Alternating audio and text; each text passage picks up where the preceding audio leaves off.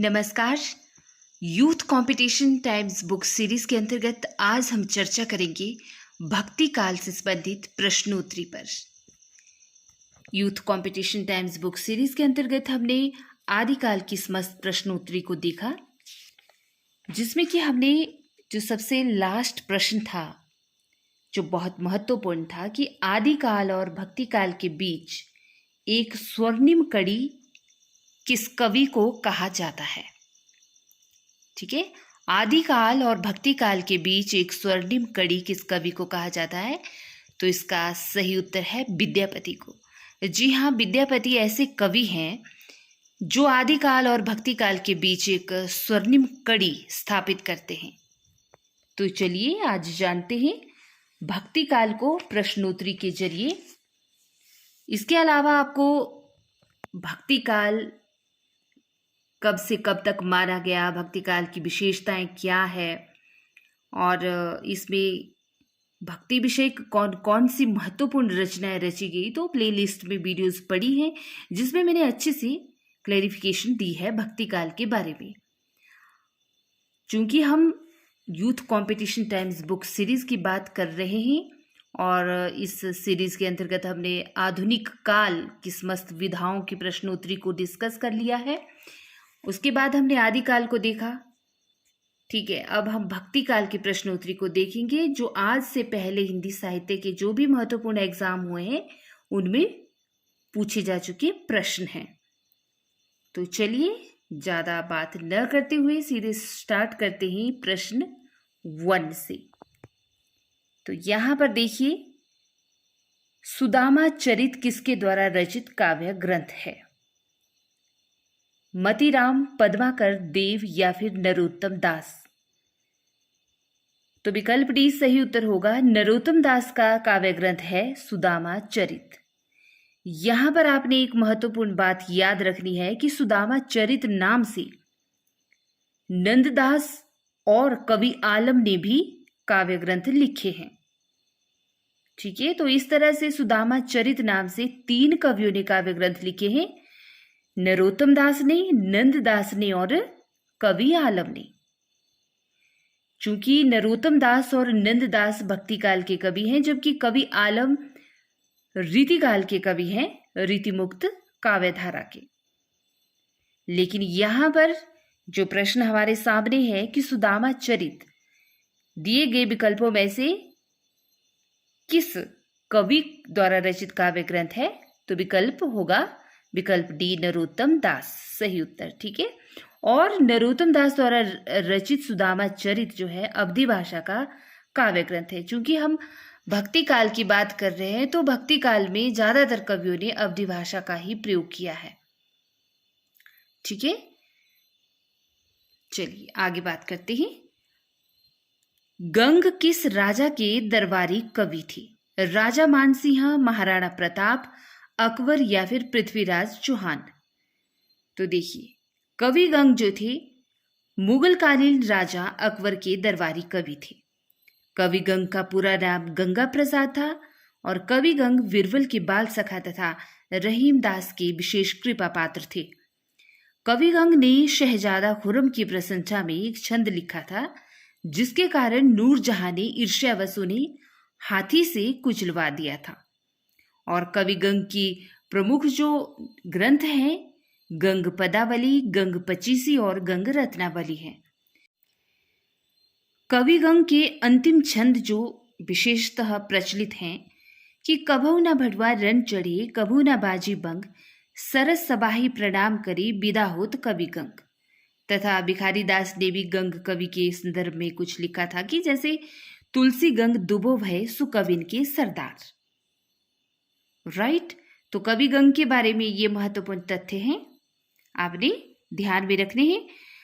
तीसरा प्रश्न देखिए, भक्ति काल का धर्म का प्रवाह कर्म, ज्ञान और भक्ति इन तीनों धाराओं में चलता है। यह इनमें से किसका कथन है? आचार्य रामचंद्र शुक्ल का, हजारी प्रसाद द्विवेदी का, राम कुमार वर्मा का या फिर डॉक्टर नगेंद्र का?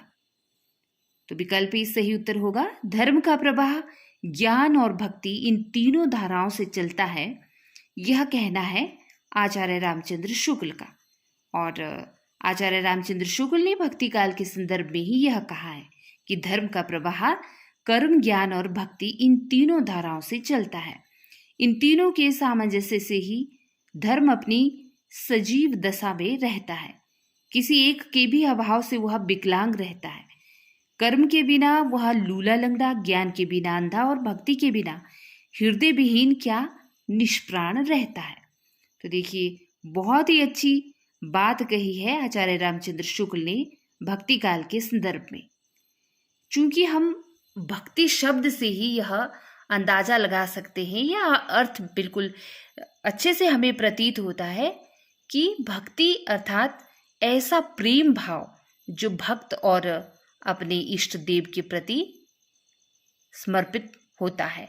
अर्थात एक इंसान जब समर्पित भाव से, प्रेम भाव से अपने इष्ट देव के प्रति श्रद्धा, अर्चना और बड़े ही त्यागपूर्ण या यूं कहें कि विनम्र भाव से भक्ति करता है, श्रद्धा करता है, उसकी अर्चना करता है, वंदना करता है अपने इष्ट देवता की, तो वही भक्ति कहलाती है, राइट। और भक्ति काल इसीलिए क्योंकि इसमें भक्ति विषयक ग्रंथ लिखे गए, भक्ति विषयक काव्य रचा गया भक्त कवियों के द्वारा।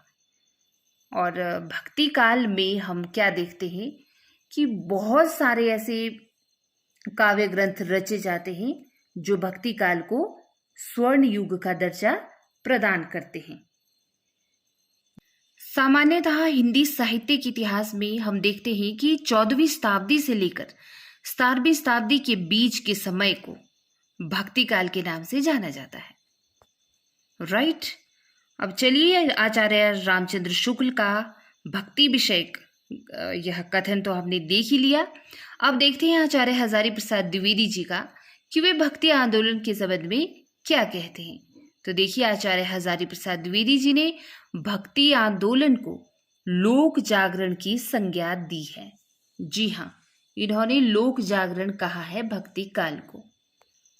वहीं पर रामविलास शर्मा ने कहा है कि भक्ति आंदोलन एक जातीय और जनवादी आंदोलन है।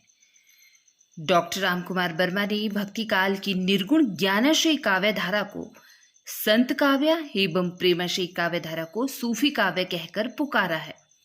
डॉक्टर नगेंद्र की बात करें तो उन्होंने भक्ति काल की समय सीमा 1350 ईस्वी से 1650 ईस्वी तक मानी है। और जॉर्ज ग्रियर्सन ने भक्ति काल को हिंदी साहित्य का स्वर्ण युग कहा था, राइट। तो यह भी भक्ति काल के संदर्भ में महत्वपूर्ण तथ्य हैं, आपने याद रखने हैं। आगे देखते हैं, रामचंद्र शुक्ल के अनुसार रहीम के बारे में कौन सी बातें सही हैं। रहीमदास के बारे में, संस्कृत, अरबी और फारसी के पूर्ण विद्वान थे रहीम जी। हिंदी काव्य के उतने मर्मज्ञ कवि नहीं थे जितने फारसी के। उनकी दानशीलता हृदय की सच्ची प्रेरणा के रूप में थी, या फिर उनकी सभा विद्वानों और कवियों से सदा भरी रहती थी। जब इनसे कोई कुछ मांगने आता था तब भी उन्हें अपनी दरिद्रता का अनुभव नहीं होता था। तो यहाँ पर बताना है कि आचार्य शुक्ल ने रहीमदास के बारे में कौन कौन से तथ्य कहे हैं। तो देखिए, यहाँ पर विकल्प डी सही उत्तर होगा, ए, सी और डी। अर्थात आचार्य शुक्ल के अनुसार रहीमदास जी संस्कृत, अरबी और फारसी के पूर्ण विद्वान थे और उनकी दानशीलता हृदय की सच्ची प्रेरणा के रूप में थी। और जब इनसे कोई कुछ मांगने आता था तब भी उन्हें अपनी दरिद्रता का अनुभव नहीं होता था, राइट। इसीलिए यहाँ पर क्या होगा, विकल्प डी सही उत्तर होगा, ओके। इसके अलावा रहीमदास की रचनाओं की बात करें तो बरबे नायिका भेद जो अवधी भाषा में है, रास पंचाध्यायी, श्रृंगार सोरठा, मदनाष्टक जो 8 छंद की एक स्वतंत्र रचना है, और खेट कौतुकम जो कि एक ज्योतिष ग्रंथ है। ठीक है, रहीमदास की रचनाएं हैं। रहीम की कविता नगर शोभा की मुख्य विशेषताएं कौन कौन सी हैं। इसमें नगर का संकुचित वर्णन किया गया है, इसमें वर्ण व्यवस्था के अनुसार उनके जाति की स्त्रियों का वर्णन किया गया है, या फिर इसमें स्त्रियों को उत्कृष्ट कोटि का बताया गया है। ये स्त्रियां अपना उत्पाद बेचने का काम करती हैं। तो देखिए यहाँ पर दिए गए विकल्पों में से विकल्प ए सही होगा। रहीमदास की कविता जो है नगर शोभा, उसकी जो महत्वपूर्ण विशेषताएं हैं वे हैं विकल्प ए 1, 2 और 4। ठीक है, कि इसमें नगर का संकुचित वर्णन किया गया है, इसमें वर्ण व्यवस्था के अनुसार उनकी जाति की स्त्रियों का वर्णन किया गया है और ये स्त्रियां अपना उत्पाद बेचने का काम करती हैं। राइट, तो 1, 2 और 4 जो यहाँ पर पंक्तियां हैं ये सही होंगी रहीमदास की कविता नगर शोभा के विषय में। आगे देखेंगे, जन्म काल के अनुसार निम्नलिखित भक्त कवियों का सही अनुक्रम बताना है। क्या होगा? पहले सूरदास, फिर तुलसीदास, फिर दादू, फिर मीरा, या फिर सूरदास, तुलसीदास, मीरा और दादू, या फिर पहले तुलसीदास, फिर सूरदास, फिर दादू और फिर मीराबाई। ठीक है, तो इसी तरह से देखिए यहाँ पर इनका सही अनुक्रम। जन्म काल के अनुसार भक्त कवियों का सही अनुक्रम होगा। सबसे पहले सूरदास का जन्म 1478 ईस्वी में हुआ था, उसके बाद मीराबाई 1516 ईस्वी में उनका जन्म हुआ था, फिर तुलसीदास जी 1532 ईस्वी में जन्म हुआ था और उसके बाद आते हैं दादू। ठीक है, इनका जन्म हुआ था 1544 ईस्वी में। कृपाराम द्वारा रचित नायिका भेद की सबसे पुरानी पुस्तक कौन सी है? हित तरंगिणी, श्रुतिभूषण, उज्ज्वल नीलमणि या फिर कर्णाभरण। तो देखिए, कृपाराम की हित तरंगिणी बहुत प्रसिद्ध रचना है जो 1541 ईस्वी में रची गई और रीति निरूपण ग्रंथ है यह, जो और इसकी सबसे पुरानी पुस्तक भी मानी जाती है। इसमें कृपाराम ने नायक नायिका के भेदों उपभेद का उल्लेख किया है और यह 5 तरंगों में विभक्त है। यह काव्य भाषा में रचित सतसई काव्य परंपरा का प्रथम ग्रंथ है। ठीक है, कृपाराम की हित तरंगिणी जो रचना है। और उज्ज्वल नीलमणि रूप गोस्वामी तथा श्रुतिभूषण कर्णाभरण कर्णेश कवि की रचना है, जो कि अलंकार संबंधी ग्रंथ है, जो यहाँ पर विकल्प के तौर पर दिए हैं। ठीक है, उज्ज्वल नीलमणि किसकी है? रूप गोस्वामी की, तथा श्रुतिभूषण भी इन्हीं की है और कर्णाभरण कर्णेश कवि की रचना है। रुद्र संप्रदाय की स्थापना किसने की? रुद्र स्वामी ने, श्री स्वामी ने, विष्णु स्वामी ने, ये निम्बार्काचार्य ने। तो देखिए विकल्प सी सही उत्तर होगा। रुद्र संप्रदाय की स्थापना की है विष्णु स्वामी ने। इनका दर्शन शुद्धाद्वैतवाद है, जबकि सनकादि संप्रदाय की स्थापना निम्बार्काचार्य ने की है। इनके गुरु का नाम नारद मुनि था तथा इनका दर्शन द्वैताद्वैतवाद है। राइट, रामानुजाचार्य ने किस दर्शन का प्रतिपादन किया? अद्वैतवाद, शुद्धाद्वैतवाद, विशिष्टाद्वैतवाद या फिर द्वैतवाद। तो देखिए विकल्प सी सही उत्तर होगा। रामानुजाचार्य ने विशिष्टाद्वैतवाद का प्रतिपादन किया है।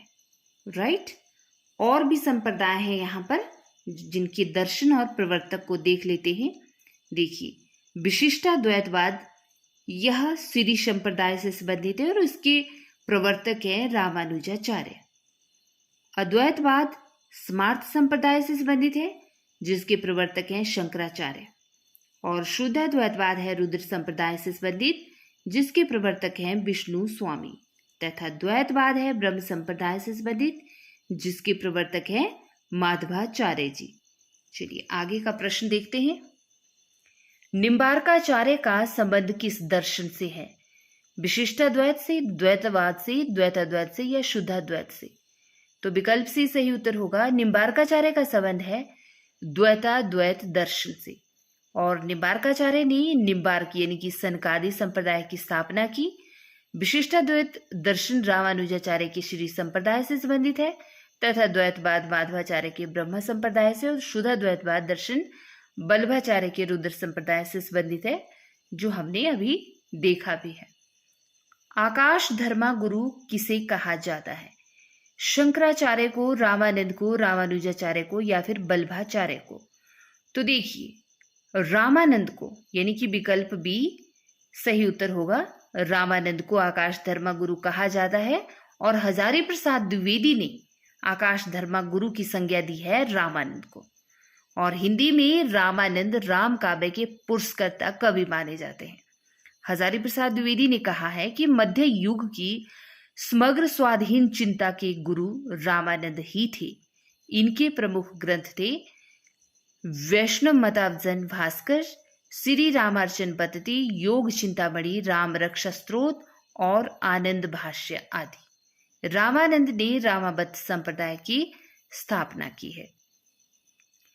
रहीम किसके दरबार में कवि थे? तो हम सभी जानते हैं अकबर के दरबार में कवि थे रहीमदास जी।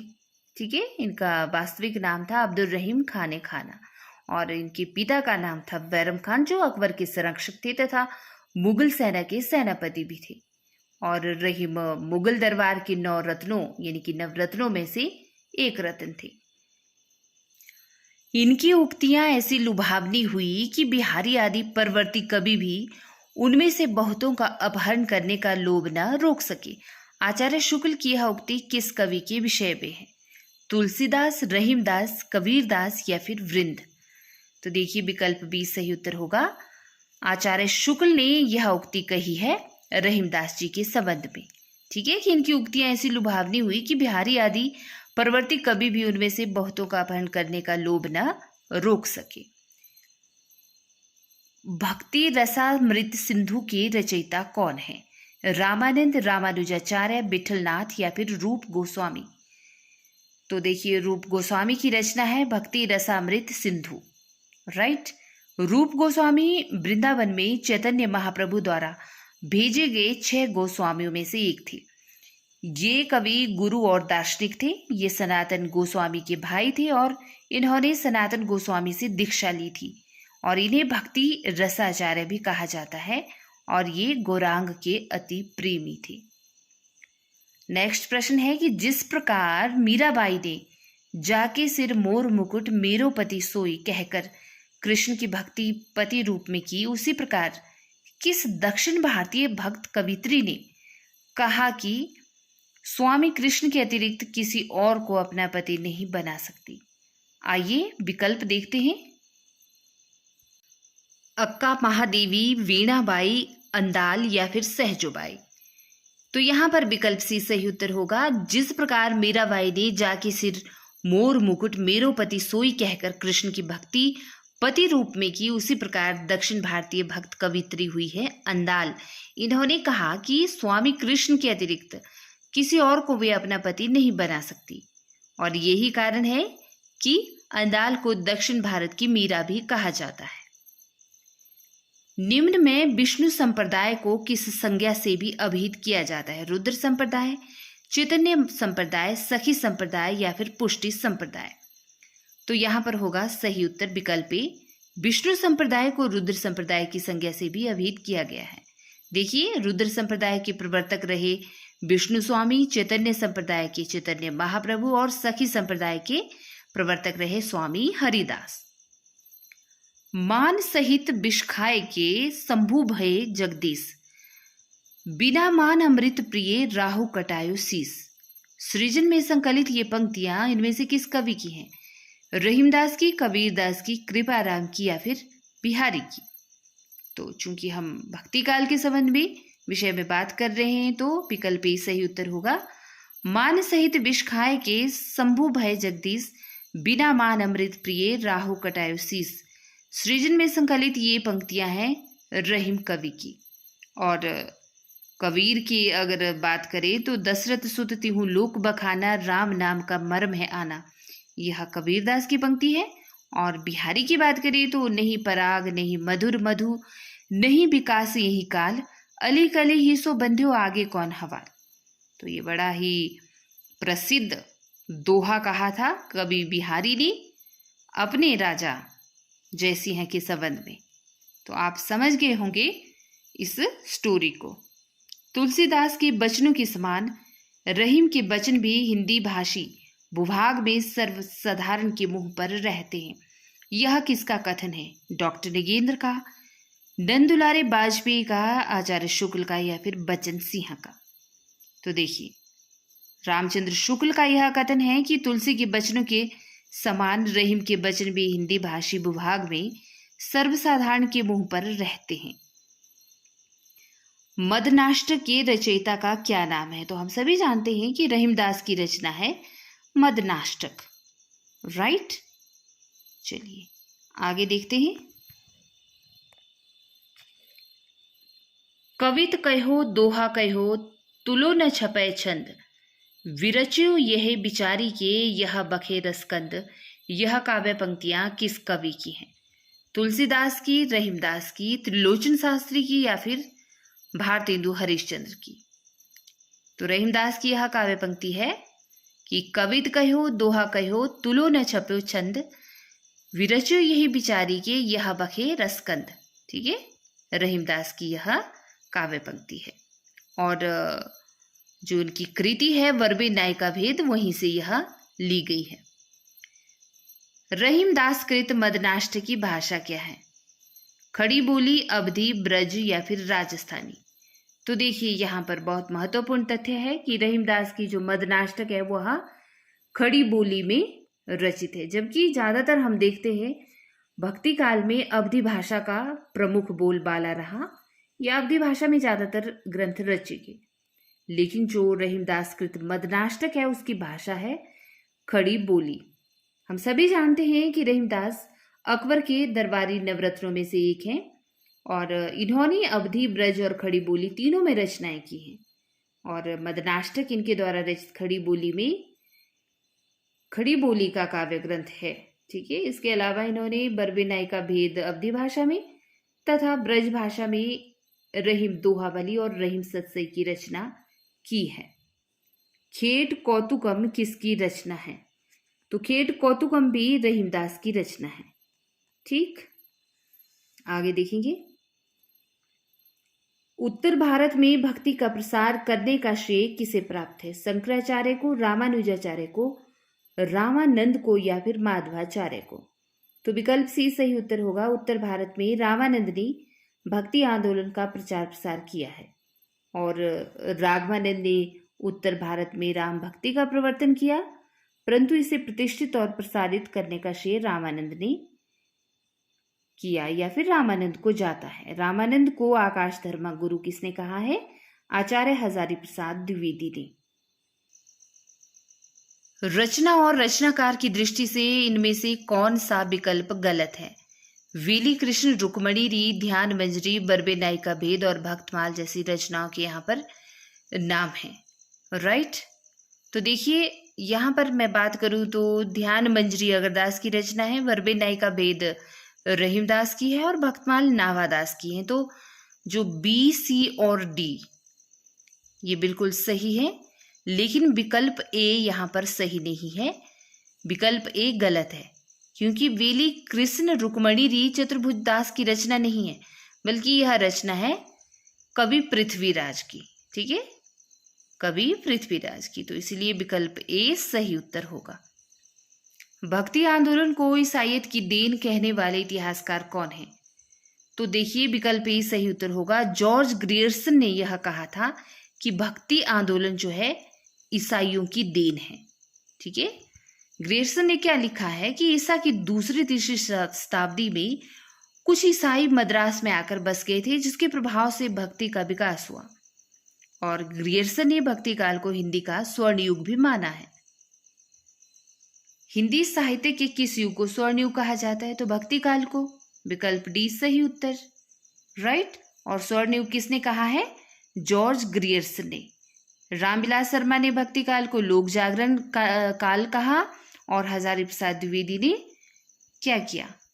लोक जागरण की संज्ञा दी, राइट। यहां पर जरा सा डिफरेंस है, आप कंफ्यूज हो सकते हैं। देखिए, रामविलास शर्मा ने भक्ति काल को लोक जागरण काल नाम से पुकारा। ठीक है, लोक जागरण काल। और हजारी प्रसाद द्विवेदी ने लोक जागरण। ठीक, तो याद रखना है।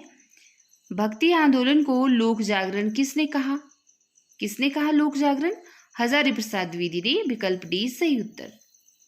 और देखिए, हजारी प्रसाद द्विवेदी ने यह भी कहा था कि भक्ति आंदोलन के उदय के संबंध में कि जोर देकर कहना चाहता हूं कि अगर इस्लाम नहीं आया होता तो भी इस साहित्य का 12 आना वैसा ही होता जैसा आज है।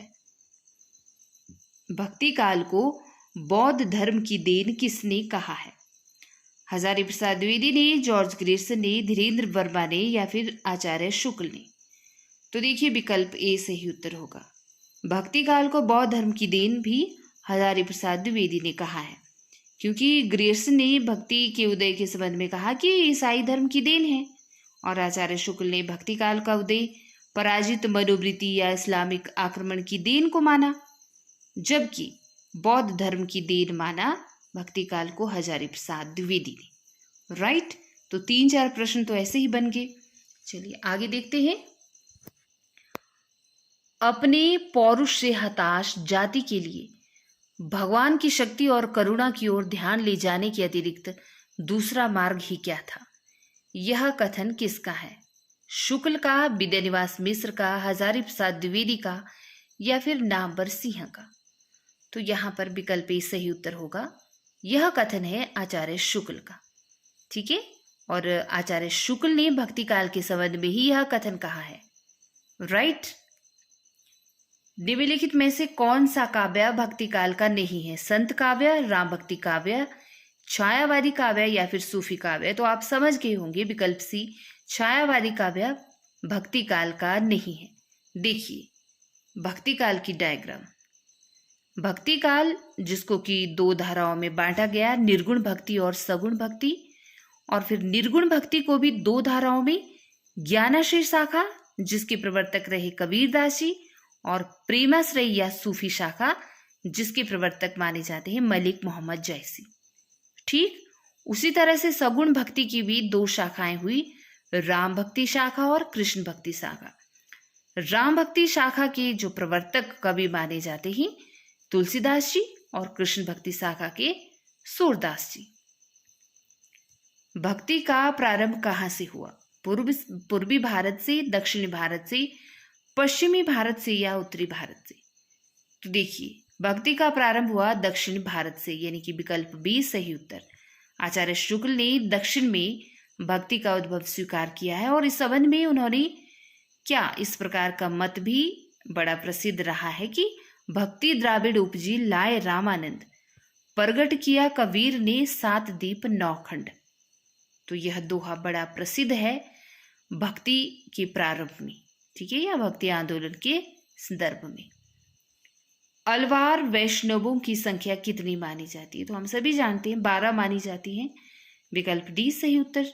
अलवार तमिल कवि एवं संत थे जिनका काल था 6वीं से 9वीं शताब्दी के बीच, और इनके पदों का संग्रह दिव्य प्रबंधम कहलाता है, जो वेदों के तुल्य माना जाता है। अलवार संत भक्त कवि आंदोलन के जन्मदाता माने जाते हैं। ठीक है, देखिए भक्ति आंदोलन के जन्मदाता माने जाते हैं अलवार संत। समग्र भक्तिकालीन काव्य पर कौन सी विशेषता लागू होती है? अवतार में विश्वास, जाति प्रथा का निषेध, अहंकार का त्याग या ईश्वरीय लीला गायन? तो यहाँ पर प्रश्न समझना है पहले। यूं तो हम देखते हैं कि भक्ति काल में कुछ कवियों ने अवतारवाद में भी विश्वास किया, ठीक है, जाति प्रथा का भी निषेध किया, अहंकार का भी त्याग किया और ईश्वरीय लीला का गायन भी किया। लेकिन यहाँ पर क्या पूछा है कि समग्र भक्तिकालीन काव्य पर नजर डालें तो उनमें से कौन सी ऐसी सटीक और महत्वपूर्ण विशेषता है जो भक्ति काल पर अच्छे से बैठती है या लागू होती है? तो हम कहेंगे अहंकार का त्याग करना। विकल्प सी सही उत्तर।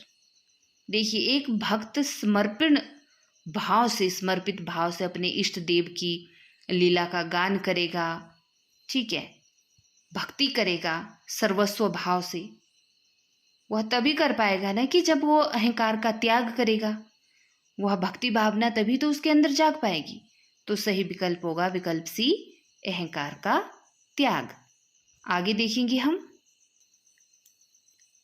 रामानंद की शिष्य परंपरा में आते हैं रंगाचार्य, नाथ मुनि, रामानुजाचार्य या पुंडरीकाक्ष। तो देखिए विकल्प सी, रामानंद रामानुजाचार्य की शिष्य परंपरा में आते हैं और रामानंद को भक्ति आंदोलन का महान संत माना जाता है। इन्होंने राम भक्ति धारा को समाज के निचले तबके तक पहुंचाया और ये पहले ऐसे आचार्य हुए जिन्होंने उत्तर भारत में भक्ति का प्रचार किया। इनके बारे में प्रचलित कहावत है कि भक्ति द्रविड़ उपजी लाए रामानंद, और रामानंद के द्वारा रचित पुस्तकें हैं वैष्णव मताब्ज भास्कर, श्री रामार्चन पद्धति, राम रक्षा स्त्रोतम, योग चिंतामणि और ज्ञान तिलक। निम्नलिखित में से एक सही युगम पहचानना है।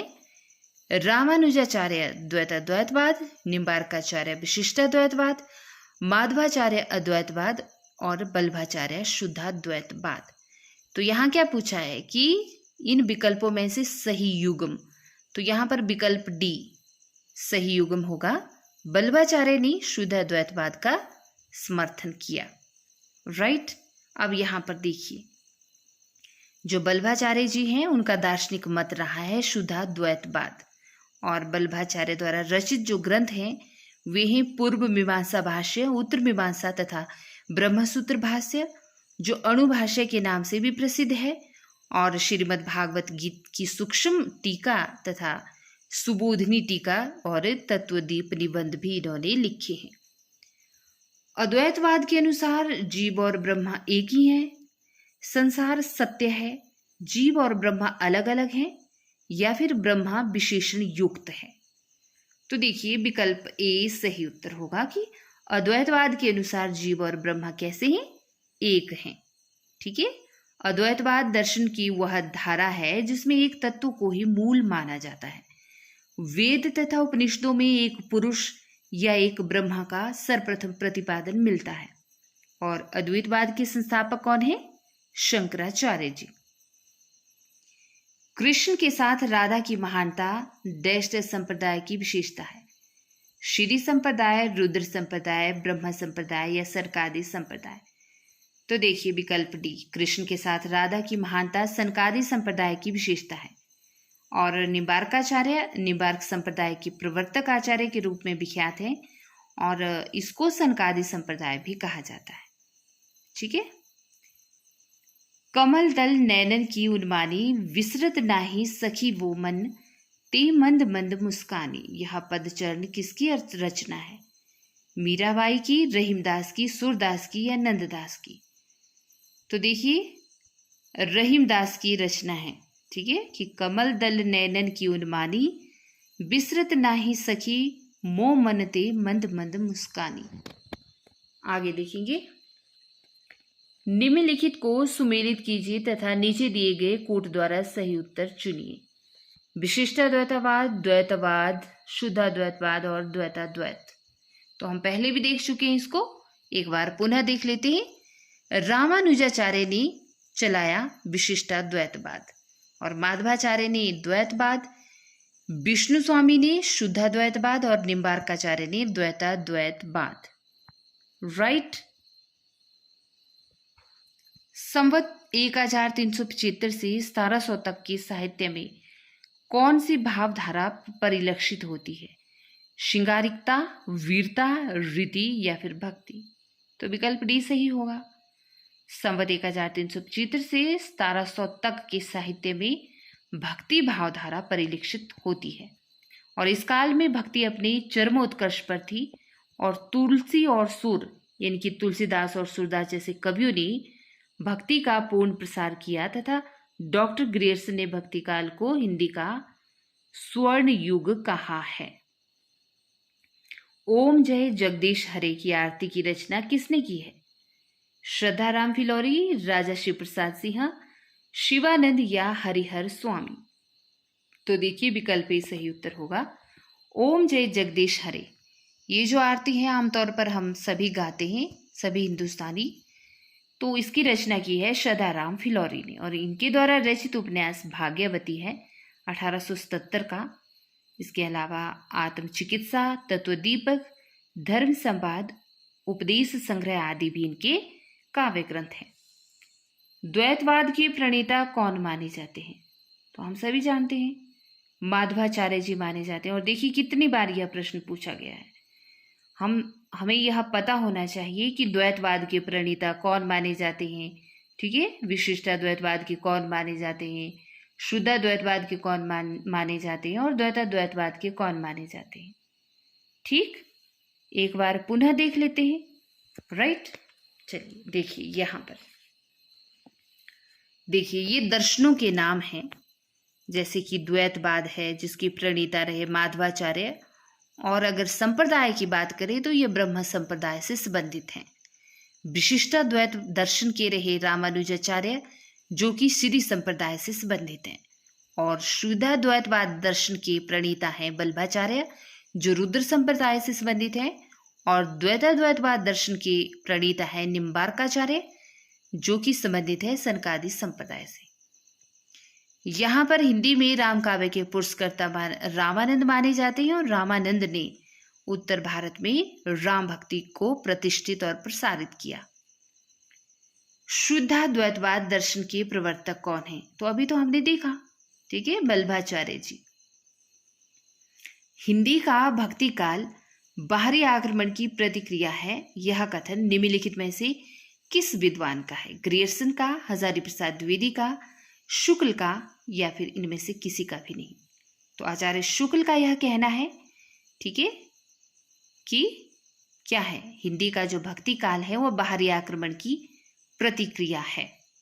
इसके अलावा डॉक्टर ग्रियर्सन ने भक्ति काल का उदय ईसाइयत की देन माना तथा आचार्य प्रसाद द्विवेदी ने भारतीय चिंतन धारा का स्वाभाविक विकास माना।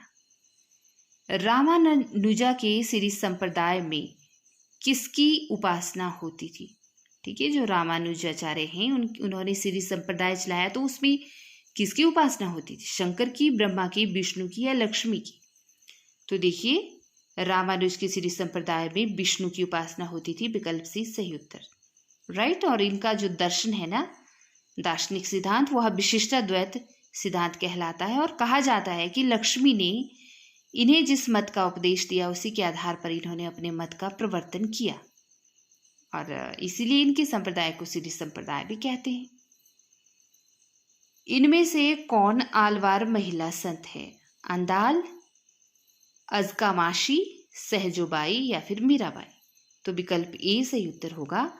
अलवार संत दक्षिण के वैष्णव संत हैं, इनकी संख्या 12 मानी जाती है, और अंदाल जो है दक्षिण की आलवार संत महिला है, ठीक है, महिला संत है ये, जबकि सहजोबाई तथा मीराबाई उत्तर भारत की महिला संत कवित्री हैं, या कवि भी इनको कहा जाता है। इनमें से कौन वैष्णव भक्ति का आचार्य नहीं है? वल्लभाचार्य, माधवाचार्य, शंकराचार्य या रामानुजाचार्य? तो देखिए विकल्प सी सही उत्तर होगा, वल्लभाचार्य। ठीक है, यहां पर क्या लिखा है? वल्लभाचार्य शुद्धाद्वैतवाद, माधवाचार्य द्वैतवाद और रामानुजाचार्य विशिष्टाद्वैतवाद से संबंधित आचार्य हैं, और ये सभी वैष्णव भक्त आचार्य हैं। लेकिन यहां पर पूछा है कि इनमें से कौन वैष्णव भक्ति आचार्य नहीं है। ओके, तो विकल्प सी शंकराचार्य वैष्णव भक्ति आचार्य नहीं है, जबकि वल्लभाचार्य, माधवाचार्य और रामानुजाचार्य ये तीनों क्या हैं? वैष्णव भक्ति आचार्य हैं। राइट, शंकराचार्य नहीं है। क्यों? क्योंकि देखिए शंकराचार्य अद्वैतवाद से संबंधित आचार्य हैं, और इनका मुख्य धर्म भक्ति स्मृति है, जिसमें निर्गुण की प्रधानता होती है। आगे देखेंगे, भक्ति काल की समय सीमा क्या है? तो हम सभी जानते हैं कि भक्ति काल की जो समय सीमा रही है वह विक्रमी संवत 1375 से विक्रमी संवत 1700 तक, अर्थात सन में बात करें तो 1318 ईस्वी से 1643 ईस्वी तक मानी जाती है भक्ति काल की समय सीमा। तो यहाँ पर दिए गए विकल्पों में से कहीं भी सही नहीं दिया था, तो इसलिए विकल्प डी होगा, उपयुक्त में से कोई नहीं। निम्नलिखित में से कौन ब्रह्म संप्रदाय का प्रवर्तक है? विष्णु स्वामी, निम्बार्काचार्य, हित हरिवंश या माधवाचार्य? तो देखिए माधवाचार्य जी ब्रह्म संप्रदाय के प्रवर्तक हैं, विकल्प डी सही उत्तर। यहाँ पर कुछ सिद्धांतों व सिद्धांतकारों का परिचय है, देख लेते हैं। देखिए, ब्रह्म संप्रदाय के प्रवर्तक माधवाचार्य जी रहे। 1199 ईस्वी में बेलीग्राम में इनका जन्म हुआ था, और इन्होंने द्वैतवाद दर्शन दिया। श्री संप्रदाय के प्रवर्तक रामानुजाचार्य, 1016 ईस्वी में इनका जन्म हुआ, और 1127 ईस्वी में इनकी मृत्यु हुई, और इन्होंने विशिष्टाद्वैतवाद दिया। रुद्र संप्रदाय विष्णु स्वामी ने प्रवर्तन किया इसका। 1300 ईस्वी में इनका जन्म माना जाता है और शुद्ध अद्वैतवाद दर्शन इन्होंने चलाया। इसके अलावा सनकादि संप्रदाय निम्बार्काचार्य ने चलाया, यानी कि इसके प्रवर्तक रहे। 1114 ईस्वी में जन्म हुआ इनका और 1162 ईस्वी में मृत्यु, और द्वैतवाद दर्शन इन्होंने दिया है। रुद्र संप्रदाय बल्लभाचार्य प्रवर्तक रहे इसके। 1478 ईस्वी में इनका जन्म और 1530 ईस्वी में इनकी मृत्यु, और इन्होंने दर्शन दिया शुद्ध अद्वैतवाद का। इसी तरह से हित हरिवंश जिन्होंने राधा बल्लभ संप्रदाय चलाया, और 1502 ईस्वी में हित हरिवंश का जन्म होता है तथा 1552 ईस्वी में इनकी मृत्यु होती है। राइट, तो कई बार पूछ ली जाती है इनकी जन्म के संबंध में भी। बाकी आपने संप्रदायों के नाम और इनके प्रवर्तक और इनके द्वारा दिए गए दर्शनों के नाम अच्छे से याद रखने हैं। भ्रमर गुफा के लिए दूसरा उपयुक्त नाम है ब्रह्मरंध्र, हृदेश, नभिचक्र या मूलाधार। तो देखिए विकल्प ए सही होगा। भ्रमर गुफा के लिए दूसरा उपयुक्त नाम है ब्रह्मरंध्र। राइट, यहां पर निम्नलिखित में से कौन श्री कृष्ण भक्ति का संप्रदाय नहीं है? श्री बल्लभ संप्रदाय, हरिदासी संप्रदाय, तत्सुखी संप्रदाय या गौड़ीय संप्रदाय। तो विकल्प सी सही उत्तर होगा। देखिए, तत्सुखी संप्रदाय कृष्ण भक्ति से संबंधित संप्रदाय नहीं है, क्योंकि तत्सुखी संप्रदाय के प्रवर्तक रहे जीवाराम जी, और श्री बल्लभ संप्रदाय बल्लभाचार्य द्वारा प्रवर्तित है, तथा हरिदासी संप्रदाय के स्वामी हरिदास और गौड़ीय संप्रदाय के चैतन्य महाप्रभु। ठीक है, तो याद रखना है आपने। यहाँ पर देखिए, निम्नलिखित संप्रदाय को उनके अनुयायियों के साथ सुमेलित करना है। बल्लभ संप्रदाय, निम्बार्क संप्रदाय, राधा बल्लभ संप्रदाय और चैतन्य संप्रदाय। तो दिए गए कोड में से बताना है, ठीक है, कि इन संप्रदायों के अनुयायी कौन कौन से रहे। बल्लभ संप्रदाय की पुरस्कर्ता कौन रहे, निम्बार्क संप्रदाय के कौन रहे, ये तो हम अच्छे से जानते हैं इन सभी संप्रदायों के बारे में, लेकिन इनके अनुयायियों को देख लेते हैं। देखिए, गोविंद स्वामी बल्लभ संप्रदाय के अनुयायी रहे, हरिव्यास देव निम्बार्क संप्रदाय के, दामोदर दास राधा बल्लभ संप्रदाय के, और गदाधर भट्ट रहे चैतन्य संप्रदाय के। उसी तरह जगन्नाथ गोस्वामी हरिदासी संप्रदाय के क्या रहे, अनुयायी रहे, यानी कि इनको मानने वाले रहे। ठीक है, आगे को। और हरिदासी संप्रदाय को सखी संप्रदाय और टट्टी संप्रदाय के नाम से भी जाना जाता है। बरवे नायिका भेद के रचनाकार कौन है? रहीमदास की रचना है बरवे नायिका भेद बिना किसी देरी के, और अंग दर्पण है रसलीन की रचना, बिहारी सतसई कवि बिहारी की रचना है, और रसराज है मतीराम की रचना। रामचरितमानस, पद्मावत, सूरसागर, कबीर दोहावली जैसे ग्रंथ किस काल की देन है? तो भक्ति काल की देन है। विकल्प ए सही उत्तर होगा। देखिए, भक्ति काल रामाश्रयी, कृष्णाश्रयी, प्रेमाश्रयी एवं ज्ञानाश्रयी 4 शाखाओं में विभक्त है, और रामचरितमानस रामाश्रयी शाखा का, सूरसागर कृष्णाश्रयी शाखा का, पद्मावत प्रेमाश्रयी शाखा का, तथा कबीर दोहावली ज्ञानाश्रयी शाखा का प्रतिनिधि काव्य ग्रंथ है। राइट, विभिन्न मतों के आधार पर हिंदी में भक्ति काव्य की कितनी शाखाएं मानी जाती हैं? तो हम सभी जानते हैं 4 शाखाएं मानी जाती हैं, जिसके बारे में अभी हमने बात की। सूची 1 का मिलान सूची 2 से करना है, दिए गए कोड से सही उत्तर का चयन करके। तो देखिए भाई, इन प्रश्नों को हमने बहुत बार देख लिया और फटाफट से डिस्कस करते हैं। चलिए, शुद्धाद्वैतवाद, इसके प्रतिपादक आचार्य रहे बल्लभाचार्य जी, अद्वैतवाद के रहे आचार्य शंकराचार्य जी, और विशिष्टाद्वैतवाद के रहे रामानुजाचार्य, तथा द्वैतवाद के रहे माधवाचार्य। यानी कि यहाँ पर जो दिए गए ये नाम हैं, ठीक है, और आगे इनके प्रवर्तकों के नाम बिल्कुल सही हैं, बिल्कुल सही हैं आगे को। ठीक है, तो यहाँ पर देखिए कौन सा विकल्प सही होगा? विकल्प सी, 1 2 3 4, ये बिल्कुल सही है। आगे देखेंगे, आचार्य हजारी प्रसाद द्विवेदी के अनुसार निम्नलिखित संप्रदायों का सही अनुक्रम क्या है? हजारी प्रसाद द्विवेदी ने संप्रदायों का सही अनुक्रम बताया है विकल्प सी, यानी कि इनके अनुसार पहले श्री संप्रदाय, उसके बाद ब्रह्म संप्रदाय, उसके बाद रुद्र संप्रदाय और फिर उसके बाद सनकादि संप्रदाय तथा तत्पश्चात बल्लभ संप्रदाय। राइट, हजारी प्रसाद द्विवेदी के अनुसार यह संप्रदायों का सही अनुक्रम है। भक्ति काव्य को भारतीय चिंतन धारा का स्वाभाविक विकास किसने माना है? श्याम सुंदर दास ने, रामकुमार वर्मा ने, हजारी प्रसाद द्विवेदी ने या आचार्य शुक्ल ने? तो देखिए, भक्ति काव्य को भारतीय चिंतन धारा का स्वाभाविक विकास माना है हजारी प्रसाद द्विवेदी ने, जबकि आचार्य शुक्ल ने क्या कहा है कि इस्लामी आक्रमण की प्रतिक्रिया स्वरूप ही क्या हुआ है, भक्ति काल का उदय हुआ। और ग्रियर्सन ने माना कि भक्ति काल तो ईसाइयों की देन है। राइट, निम्नलिखित काव्य पंक्तियों को उनके रचनाकारों के साथ सुमेलित कीजिए। ओनई घटा परी जग छहा, आवत जात पनहिया टूटी, अति मलिन वृष भानु कुमारी और कीर्ति भनीति भूति भल सोई। तो इस तरह की ये काव्य पंक्तियां हैं। तो देखिए, यहाँ पे कोड वर्ड के साथ बताना है। ठीक है, तो यहाँ पर होगा विकल्प डी सही उत्तर, यानी कि देखिए, ओनई घटा परी जग छहा, यह पंक्ति है कवि जयसी की। और आवत जात पनहिया टूटी, आप समझ गए होंगे, कुंभन दास की पंक्ति है। अति मलिन वृष भानु कुमारी, तो यह पंक्ति है सूरदास की। और कीर्ति भनीति भूली भली भूति भली सोई, ठीक है, यह है तुलसीदास की। यहाँ पर विकल्प डी सही उत्तर होगा। ए का 4, बी का 2, सी का 1 और डी का 3।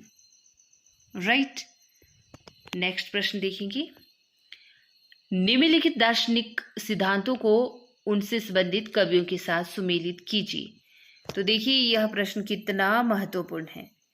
अद्वैतवाद, ठीक है, प्रवर्तक हैं शंकराचार्य जी। और अगर कवियों में यहाँ पे बात करें तो कवि कौन होंगे? रैदास, जिन्हें कि रविदास के नाम से भी जाना जाता है। इन्होंने भी अद्वैतवाद दर्शन को माना और विशिष्टाद्वैतवाद को माना तुलसीदास ने, और शुद्धाद्वैतवाद को माना कुंभन दास ने, और सखी संप्रदाय को माना हरिदास ने। राइट, तो यहाँ पर होगा विकल्प ए, जो कोड है यहाँ पर विकल्प ए, वो सही उत्तर होगा। ठीक है, अद्वैतवाद के प्रवर्तक कौन हैं? तो शंकराचार्य जी ने अद्वैतवाद चलाया। इससे आगे के प्रश्नों को हम नेक्स्ट कड़ी में डिस्कस करेंगे। तो चलिए, इसी उम्मीद के साथ मिलती हूँ नेक्स्ट कड़ी में, और नेक्स्ट कड़ी में डिस्कस करेंगे हम आगे की प्रश्नोत्तरी को। वीडियो को लाइक और शेयर करना न भूलें तथा कमेंट बॉक्स में अपनी राय अवश्य दें। नमस्कार।